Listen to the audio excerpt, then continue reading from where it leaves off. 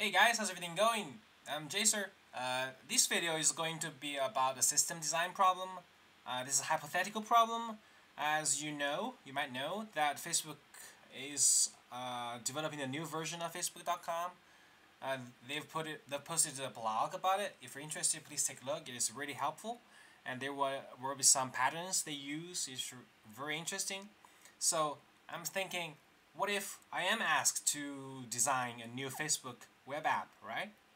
Okay, so that's like a good question in system design.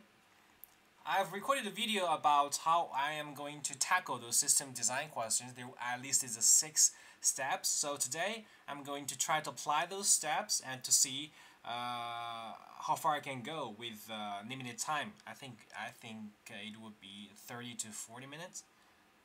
Okay, let's begin. So the problem is, how would you design the new Facebook.com? Well, I must say I need to understand what the Facebook.com is, right? Actually, this is the new Facebook.com. There's a lot of features. You see, there's tabs here, and under each tab there will be like totally different, like web services. What's this? This discovery, and this is gaming. This is the first time I know there's a gaming actually. Okay, there's a lot of games, a live broadcast. Of course, there will be chat, friends, timeline, anything, right? So there's a lot of things. So this is not about product design. It's not say, okay, design a Facebook. There is already a Facebook.com. So here we're going to improve it, or how we will go to organize the code, right? Organize the component, design the structure. So there will be no. I won't ask something about, okay, what's the purpose of this web app. My sole goal is to make it good, but I will still follow the 6 steps. Okay, the first one is what it is. What is this problem, right? So what is this problem? Okay, I would say. Wait a minute. It should be left. I would say that Facebook.com will be a web app that has a lot of features, especially separated by tabs, timeline, live, a lot of features. Okay, a huge app, right? A huge complex front-end web app with a lot of features, right? A lot of features, screens, and the component, right? Yeah, this is the service, and our goal. Now let's define our goals, right? Our goal is to make it. There were a lot of, make it smooth. As I said before, almost all the improvements or all the best practice of front end is about making it speedy and smooth, right? This is the only 2 goals of our improvements on any front-end project. 3. Okay, so what's the problem we're gonna solve? Oh, this is this is not the problem. What's the background? This is our goal. Make it as fast as enough, make it smooth as enough, both from a user experience point of view, right? Okay, so what's the problem? Core problem? Well, the core problem is actually very obvious. It's a huge, complex web app. It's like if we do it naively, like bundle everything together, it will gonna be bloated, right? For the initial load, you will be very slow, and the user will spend a lot of time noting it, and we've wasted a lot of resources, right?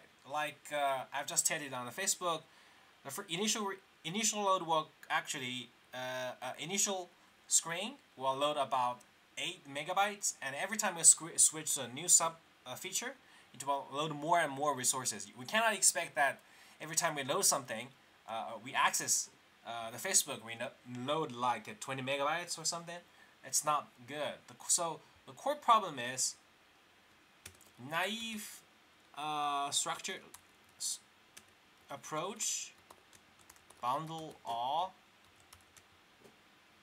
is waste of resources, right? Of the memory, of the browser resources. So it's got not speedy.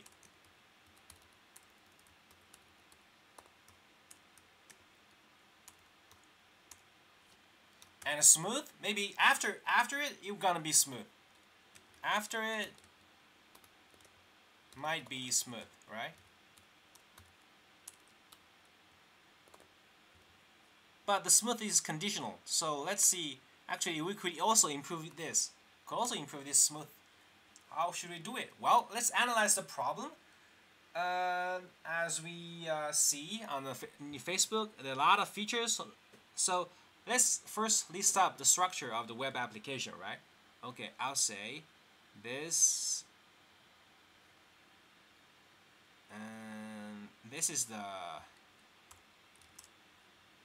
Facebook. So all those features, like it's a big block of features. I'll call it a flow. Okay, so it's actually a bunch of screens grouped to a flow, and a lot of flows grouped together to form this Facebook.com, right? Okay, so there will be a few flows.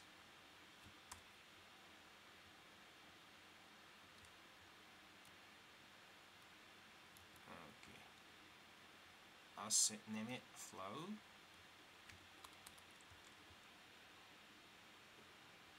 Actually, flows of screens. So in each flow, there will be different screens, right? Okay, I'll make it bigger.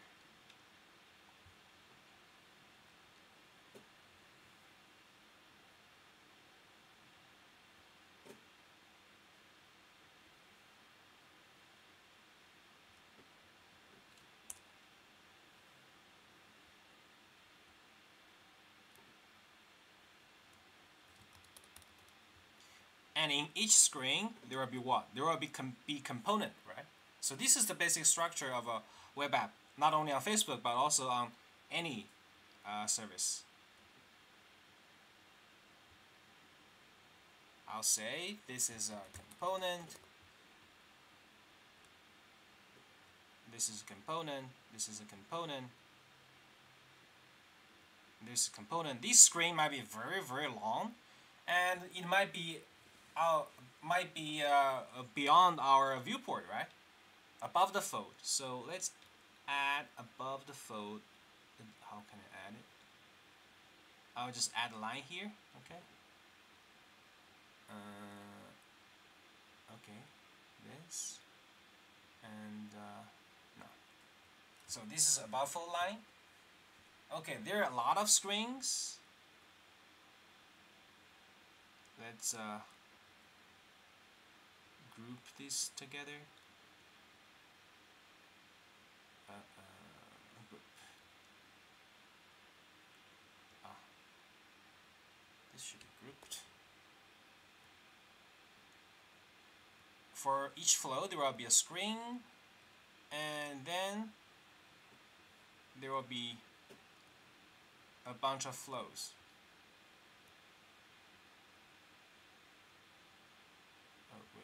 I'm sorry.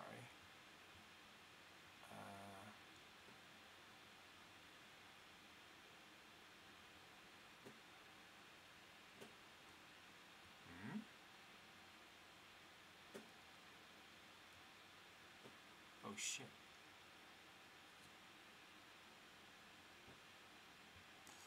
Oh. I cannot select this one.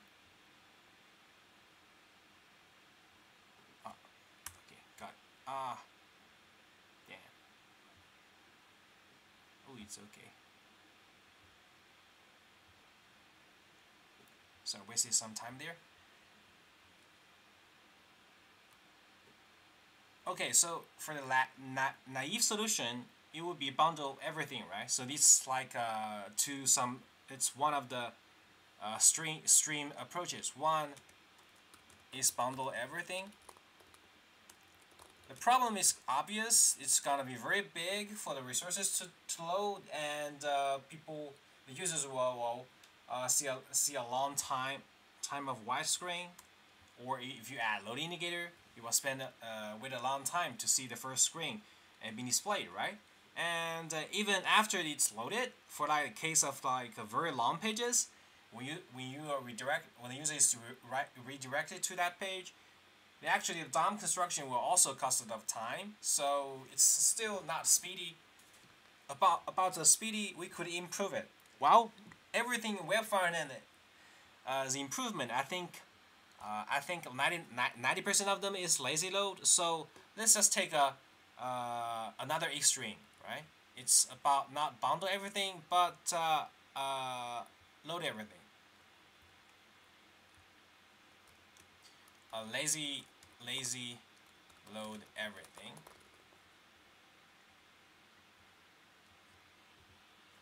So if we, rather than we bundle everything, we could just lazy load each flow. Like okay, we load the outermost globals, the component, the loader, and then depending on the path, we could load the specific flow, right?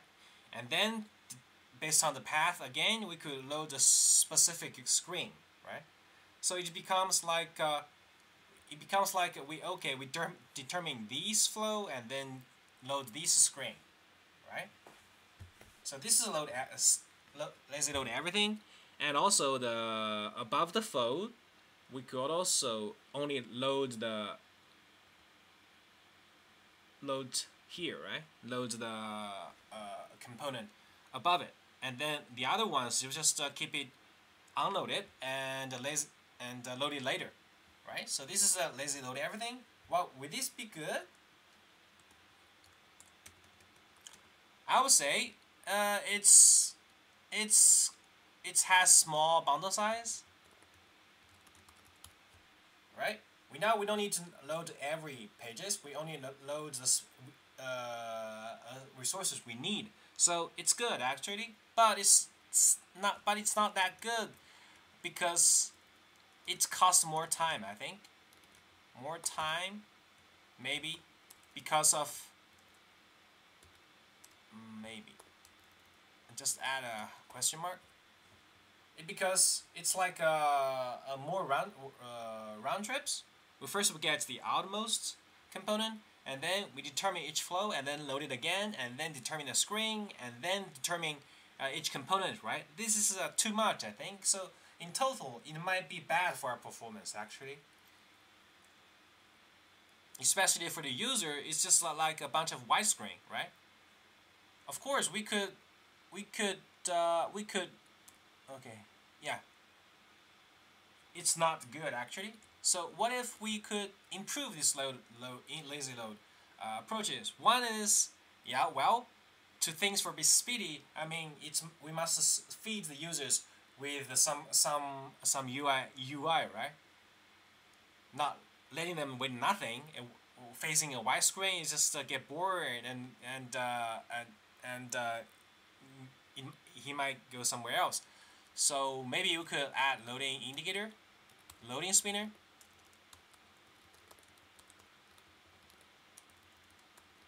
It's better than this approach actually, but not that good. Because loading is still boring, right?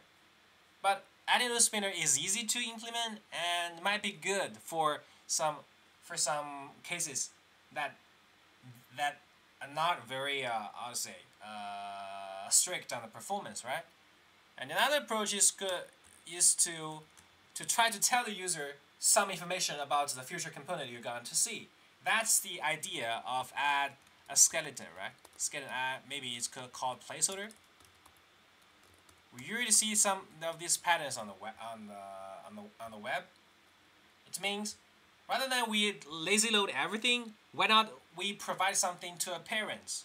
If we think of this as a tree structure, okay, for this component, if we load it, before we load it, we could tell the screen to show some dummy component, right? It's like some some blocks of colors and indicating the layout, maybe a round or a square to indicate the avatar or the text or a video or anything. Just a simple geometry shapes to yeah, a simple form of the component, right? I'll say maybe I'll remove this. What happened? Okay. Okay, so maybe I'll say it should be component skeleton. Component the skeleton. And for the component which have the skeleton, if we combine them, it will be a skeleton for this screen, right? Yeah, so we have a skeleton screen. And then if we follow the same idea, we could have all the screen, right? Like this. Skeleton screen for all the screen. So now every screen have a two version. One is skeleton version and another one is a full version. And the component is the same, skeleton version and the full version. Now for the flow, again, all this skeleton screen will be composed to a skeleton flow, right? So now every flow have a skeleton. Now we could bundle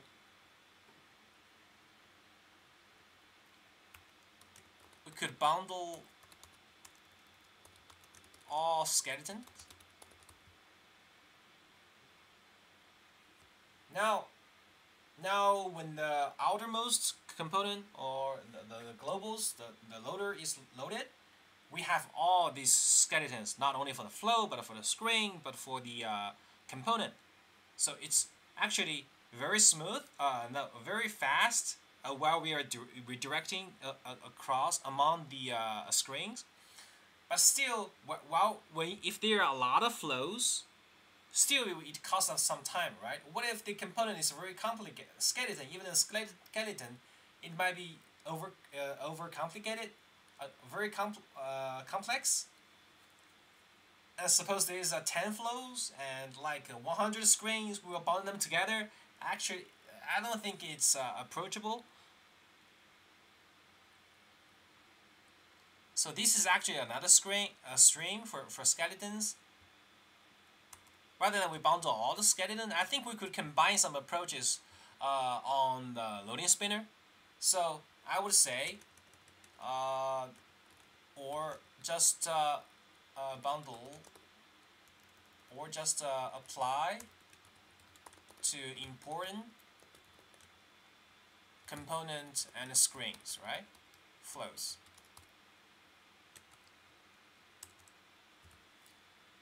Yeah, so that's a balance. Rather than all, we choose like the most visited top screen and the live screen. Top flow. If for top flow, then the home tab. For the home tab, it might be the timeline and the detail, right? This is the two most important pages. So we create a skeleton for them and bundle them together for this flow. Right? Yeah, for the other pages, we just could use a loading indicator, and that's it. So important ones only, and other ones will be just be loading indicator. But here comes the problem again. If we don't bundle them, it will cost some time when we are transitioning from this screen to another screen, right? So we could actually to improve this by prefetch. We could use prefetch hint, and of course we would analyze our spec, and also based on our real data we are collecting, and to see if someone goes to this screen, what's the next probable screen he will go to, so we can prefetch that. Yeah, and then when the user transits to or is redirected to that screen, the resources are already downloaded, so it will be instant, right? yeah, so this is how I will organize the code and improve the loading problem. So it's basically somewhere between bundle everything and lazy load everything, something between. For the flows, we could just choose the most important flows and apply those skeleton, and choose specific flows and choose specific screens and choose specific component, right? Okay, so this is the how I will make it speedy as possible. Wow, so this has already cost me like 20 minutes. If the interviewer asks me some problem, it might be cost me more time. And there's another problem about the skeleton.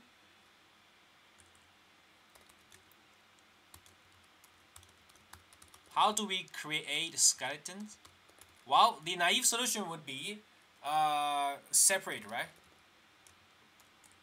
We could do this separately. Like for the screen, we will just create another component and combine these two components together with another into a how to say gradual component, right? In this component itself keep the state of a skeleton or full version, the flag, keep it flag of the switching the mode. And the default is skeleton, which will not be lazy loaded without the dynamic import, and the full version is dynamic imported. So we could create these two separate versions. But it's actually, from my experience, what I did 2 years ago is not separate, but only one component with dummy data and a split function and a split within. I mean, so for the component, I will use only one component, and then not create a separate skeleton component, but just to use the original component with dummy data and add if clause there. So if empty, I will show a gray area. If the avatar is empty, I'll show gray area, and I'll split the face into two. This is the same as this separate fashion. Separate approach, but the good part of it is that it's more like a workable component. As a component, you should handle a case where data is not there. So that's a default skeleton, right? You don't need to create like a skeleton for it, something like that. And because if you create a separate skeleton, you suppose that all the data will be grouped together and it will be existing or non-existing. But rather, in a real component, we should handle all the existing or non-existing in a data field level, I think. And why this is interesting is because while we are splitting within the component, actually we could do some tricks, like when we are building our applications, we could add some tags, which I did 2 years ago, adding an annotation, and say, okay, this part, we just delay it. It's not like directly using dynamic import, but with some more like declarative way with annotation. So it's much more we can do about that. And so yeah, this is the problem of skeleton. And of course, we will cover all those others best practice, like compress and then put the tags at the bottom, or preload, or and put it on the CDN or anything, right? Or even we could use service workers to do refined cache control and to support offline, anything. Cool. So that's how I will make it speedy. And another one is how I can make it smooth, right? About smooth.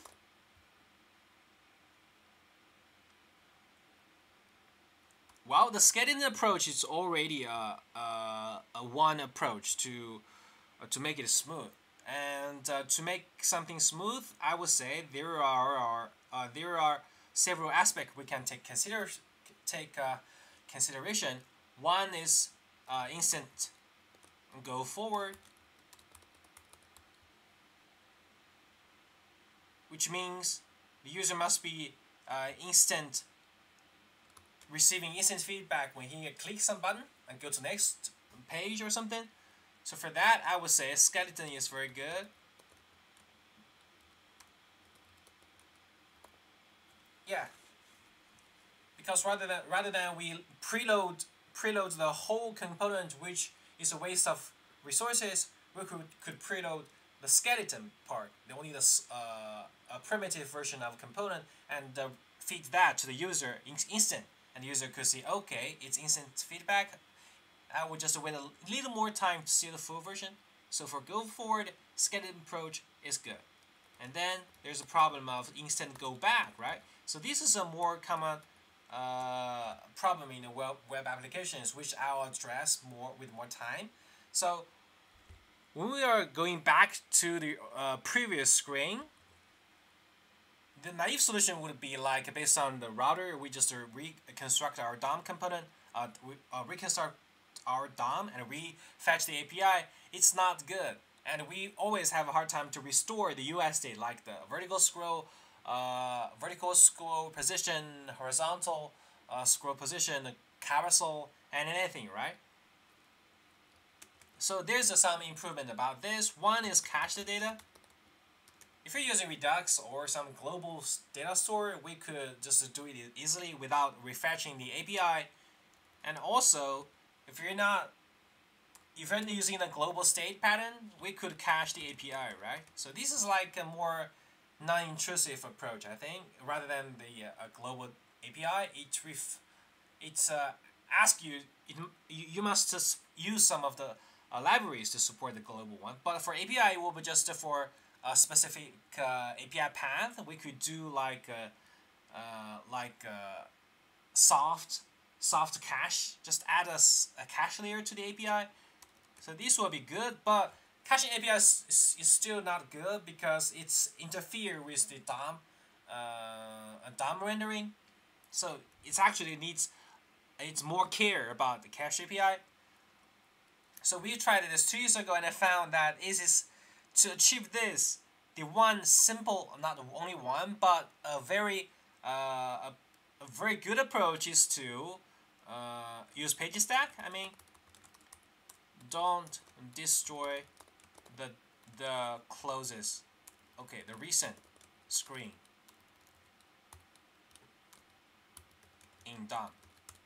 So what does this mean? It means that when we are transitioning from one screen to another screen, we will not destroy the previous screen, right? So let's say if this is a screen, like screen A, we will put it into a PageStack. Literally, it's a stack. You will stack the page screens. Okay, this is screen A. For the traditional one, if we're going to screen B, we will be something like, this is gonna be screen B, right? And when we go back, it will render a screen A from scratch. But rather than this, we could just, when we go into screen B, we could just stack it and put in screen B on top of screen A. So from the user's point of view, that we are viewing screen B, but what he doesn't know is about under B, there's an A, right? So when we are going back now, we just pop up the top screen, and the screen A is be instantly fed to the user, right? What he feels is that, okay, this is very instant reaction is pretty good, and the UI state, like the horizontal, the vertical, the carousel, all the UI state is kept for free, right? So the user will not feel stressed. It's instant go back. So I'd like say the PageStack is very cool. We're using it for 2 years and it works like a charm. Something like this. Okay, so what's the problem of this PageStack? Well, as you already see, that it gonna bloat the DOM, right? If you go too deep, like 100 DOM PageStack, of course in reality it doesn't happen, but we should take that into consideration.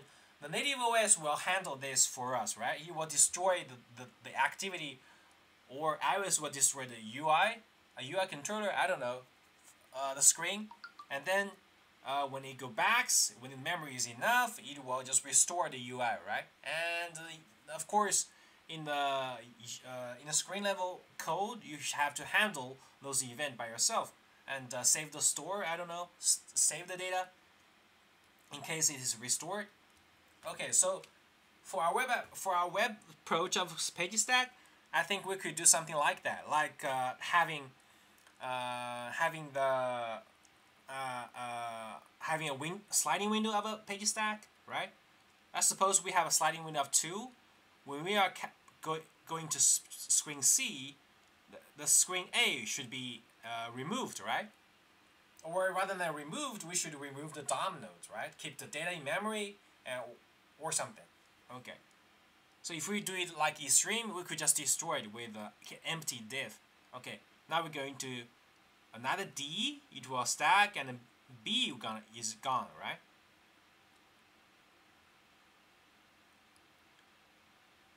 Okay, something like this. And when we go back, okay, there is only 1 now, so we restore B. And then go to C, B is there. So it's actually page stack with sliding window. We're doing this, actually, it's pretty good. And what's the benefit of this? Well, we've achieved instant go back, and actually, the page stack component will be the only place where the history change is listened. So we could inject, we could intercept the history change easily with only one place to change. Like if we are going to implement some discard confirmation dialog, rather than implement that on each screen, we could implement the logic in page stack when the history changes. If it is pop, we are prevented. We cannot prevent actually, but we could prevent the UI, right? The history is gone, but the UI we could delay that and send the user a confirmation dialog. If the user say, okay, I canceled it, then the UI stay the same, but we need to push a new history change. If say user say, okay, you can leave, and then we could just pop the screen, right? So this is the page stack. The benefits and the trade-off, the benefits and the problem of this approach. So this gives us the instant go back. And so what else? Well, we need to instant animations, right? Not instant, but jank-free. It should not be janky. Jank-free animations. What we could do? Well, this depends on what animations are doing. From my personal experience, the images, the GIF way is not smooth at all. Maybe we could use Lottie to create beautiful animations, and then we should do progressively do like support for lower end devices. We made these cases recently for the older version of Android devices. They are not that with high spec enough, so the animation is janky. If it's too bad, I think we'd better just remove the animations, right? We need to refine our animations. Yeah. And then, okay. The last one is, I think, a very important one is to do native like component. What I mean is that, okay, gestures also. We've been doing the page stack, so actually we've already implemented a DOM-based swipe gesture. It feels good. Of course, on some old device, it's not good, but on iPhone, iOS, it's pretty good. And we also implemented the native-like components like action sheet or something, toast action sheet. So those native-like components will make the user feels like he's already used to this interaction, right? He spends most of the time interacting with the native apps. When he comes to the web app, the similar set of components, similar set of interactions will make him feel familiar, so he won't get lost, so he can interact smoothly. So this is the four aspects I want to talk about, and in total, I think we should refine our lazy load approach and page stack approach to achieve both the speed and the smoothness. Yeah, that's the core problem we're gonna tackle, and this is how we were gonna implement it. Oh, and beside that, of course, we need to also. Okay. So our solution would be a lazy load policy approach, a plus page stack, which basically means not destroying DOM, and then with best practice, right? Yeah, like putting compress the static resources and put it on a CDN, and also like feed the initial data and cache and yeah, everything. That's not covered in this interview, and the rest to do. Well, we've only talked about how we organize the component in the real application like Facebook, but we don't cover what if this project is developed by several teams. Well, for a big project like this, I don't expect that only 3 or 4 people, right? It must be different teams focusing on different features, different flows, and they are connected to different businesses department. So there's still some to-dos about cross-team communication and micro frontend. If we're doing the same approach, it actually will even we do the lazy load, it actually will still needs to build at the same time, right?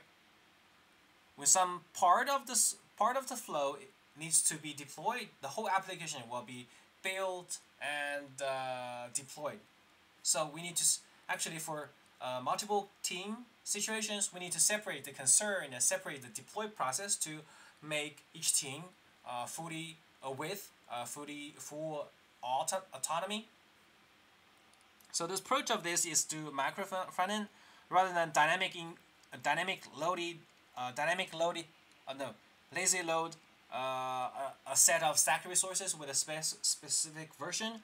I think we should just let the loader load specific fixed set, right? Set like the configuration of the flow. So every time the flow itself could be deployed separately.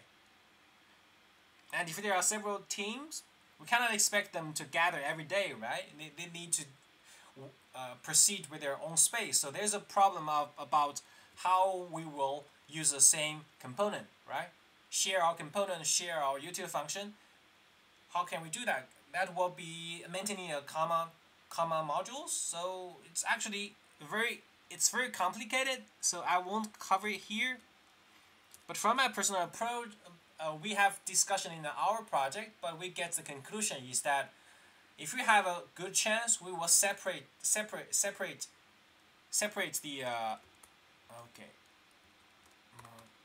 the HTML and serve it with multiple single page applications, and we won't share these component. Rather, we will do it like a copy and paste, a fork approach, and let each team works totally independently. That's because the maintenance cost of a library or common module is very high, right? We cannot easily change everything because it will break something else we are not in control of. Another one is the design system. This is another problem as the flows are developed by different teams. if the designers are also like having different teams, the design for the whole app is gonna vary depending on the part user sees, right? So that's another problem of how we can have a consistent design style. So that's the talk must be done within the designer, and also having front-end engineers join the conversation. And the ideal image of this design system is that the designer will have not design a specific screen, but rather they should design the general guide of a component, of the margin, about everything, the layout, everything, and then the team could construct those design common component, and the team that creates the real screens, the component, and the flows could just use the component, use the design systems component, and get the screen done, rather than see the screen design guide for a specific screen and write his own style, right? So that's a problem. Yeah. So that's all for this one. And I have discussed some of the approaches that to make the new Facebook speedy and smooth. So hope it helps. Yeah, okay, that's all for this one. It actually 40 minutes. It's just wow. I need to practice more. I feel a little how can I say, my explanation is not that smooth at all, right? I stop at some time. And yeah. Anyway, the chart, actually the graph helps me clear things out, like the dynamic the explanation here actually works very well, I think. I strongly suggest that you try leetCode, and if you're using Google Drawing, please get used to it. I tried Google Drawing, but it's not that good. It's not that easy to use, because leetCode, you see, there's some features like, okay, just draw a line, and we could like this, and then add another shape, something. Okay. Yeah, and then draw another shape, something like this. So it's pretty easy to use. Okay. So that's okay. Let's recap if we're doing it in our predefined steps. Okay, what is the background? Okay, what is the goal? Okay, made it speedy and smooth. And then what's the core problem? And then how can we solve it? Right? We explain this. This is the most time-consuming part. We proposed 2 approaches to solve it. And then what's the trade-off? We already explained the trade-off here, right? And the page stack also, the problems. And then the left is what is the future to-dos we haven't covered in this conversation. Okay, so one step, 2 step, and 3 step, and 4 step. We use 4 here, but trade-off we already explained. And number assumption, we didn't do it here because it's a pure front end. And yeah, so that's very good to me. Okay. Hope it helps. See you next time. Bye bye.